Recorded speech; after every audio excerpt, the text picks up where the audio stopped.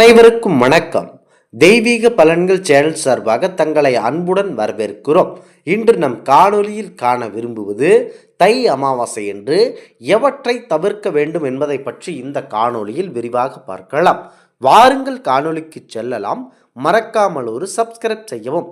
தை அமாவாசையில் செய்யக்கூடாத விஷயங்கள் என பொது சில வழிமுறைகளில் இருந்தாலும் பெண்கள் கண்டிப்பாக தவிர்க்க வேண்டிய விஷயங்கள் என சிலவற்றை நம்முடைய முன்னோர்கள் வகுத்து வைத்துள்ளார்கள். இவற்றை கண்டிப்பாக கடைபிடிக்க வேண்டும். இல்லாவிட்டால் முன்னோர்கள் துன்பத்திற்கு வீட்டில் தீய விளைவுகள் ஏற்படுவதற்கான காரணமாகி இருக்கிறது. பொதுவாகவே அமாவாசை விரதம் இருப்பது தொடர்பாக பலருக்கும் பலவித சந்தேகங்கள் இருந்து கொண்டே இருக்கின்றன. இவற்றில் மிக முக்கியமானதாக இருப்பது பெண்கள் தொடர்பான சந்தேகங்கள் தான். அதிலும் தை அமாவாசை, ஆடி அமாவாசை போன்ற முக்கிய விரத நாட்கள் பெண்கள் இறந்த தன்னுடைய தாய் தந்தைக்கு தர்ப்பணம் கொடுக்கலாமா, விரதம் இருக்கலாமா, சாப்பிடாமல் இருக்கலாமா, என்ன சமைக்க வேண்டும், எந்தெந்த விஷயங்களை கண்டிப்பாக செய்ய வேண்டும், எவற்றையெல்லாம் செய்யாமல் தவிர்க்க வேண்டும் என பல சந்தேகங்கள் இருக்கின்றன. இவற்றிற்கான தெளிவான விளக்கத்தை நாங்கள் தெரிவிக்கப் போகிறோம். தை அமாவாசையில் ஆண்கள் விரதம் இருந்து மறைந்த தன்னுடைய தாய் தந்தையருக்கு தர்ப்பணம் கொடுக்கலாம். ஆனால் பெண்கள் விரதம் இருக்கக்கூடாது. சுமங்கலி பெண்கள் மறைந்த தன்னுடைய தாய் தந்தைகளுக்கான தர்ப்பணம் கொடுப்பதோ எள்ளும் தண்ணீரும் இறைப்பதோ பண்ணக்கூடாது. ஒருவேளை அப்படி செய்தாலும் அது உயிருடன் இருக்கும் கணவர் குடும்பத்தில் இருப்பவர்கள் மட்டுமே சேருமே தவிர மறைந்த தாய் வீட்டுக்கு உறவினர்களின் ஆன்மாக்களை சென்றடையாது. வாசல் கோலமிடவோ வீட்டை சுத்தப்படுத்தி அலங்கரிக்கவோ கூடாது. வீட்டில் ஒட்டடை அடிப்பது, விளக்கை சுத்தம் செய்வது, எண்ணெய் தேய்த்து குளிப்பது ஆகியவற்றை கண்டிப்பாக இந்த சிறப்பு நாட்களில் செய்யக்கூடாது. அடுத்ததாக, அமாவாசை விரதத்திற்கு உணவு சமைக்கும் பெண்கள் சாப்பிடாமல் பட்டினியாக இருக்கக்கூடாது. குளிக்காமல் இருப்பது, வீட்டை சுத்தம் இல்லாமல் வைத்திருப்பதும் கூடாது. தை அமாவாசை விரதத்திற்கு சமைக்கும் பொழுது மொத்தமாக 1008 வகையான காய்கறிகளை வைத்து சமைக்க வேண்டும். அதாவது வாழைக்காய், பாகற்காய், பிரண்டை, பாலக்காய் ஆகிய 4 அல்லது ஏதாவது 2 சமைக்க வேண்டும். இந்த 4 காய்கறிகள் சமைத்தால் 1008 காய்கறிகளை சமைத்த படையிலிட்ட பலன் கண்டிப்பாக கிடைக்கும்.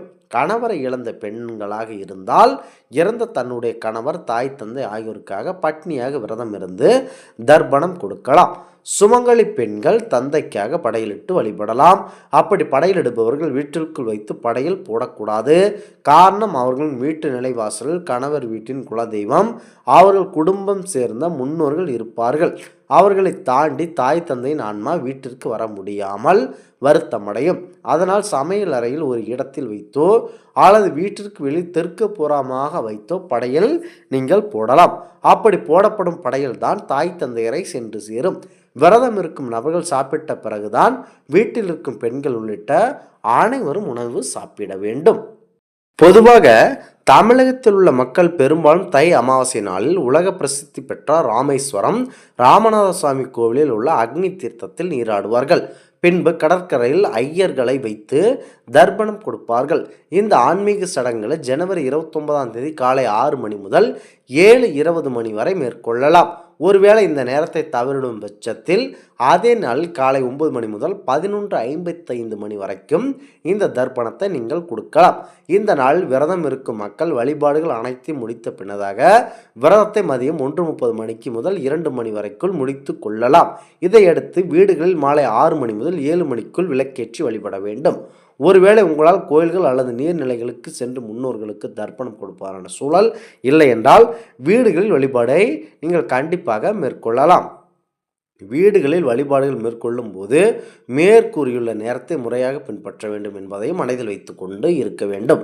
இதோடு வாழ்க்கையில் எப்போதும் கஷ்டம் மட்டும் நிலைத்துள்ள மக்கள் தங்கள் கஷ்டங்கள் தீர என்றால் தை அமாவாசை நாளில் பித்தர்களின் வழிபாட்டை மேற்கொள்ள வேண்டும் என ஆன்மீகவாதிகள் கூறுகின்றனர். தை பிறந்தால் வழி பிறக்கும் என்பதற்கு ஏற்ப தை அமாவாசை நாளில் குறிப்பிட்ட நேரத்தில் வழிபாடுகளை மேற்கொண்டு வாழ்க்கையில் நிம்மதியுடன் வாழ்வதற்கு முயற்சி செய்யுங்கள். இந்த ஆன்மீக தகவல் உங்களுக்கு பிடித்து இருந்தால் தெய்வீக பலன்கள் சேனலை கண்டிப்பாக சப்ஸ்கிரைப் செய்து கொள்ளவும். மீண்டும் ஒரு நல்லதொரு காணொளியில் உங்களை சந்திக்கிறோம். நன்றி, வணக்கம்.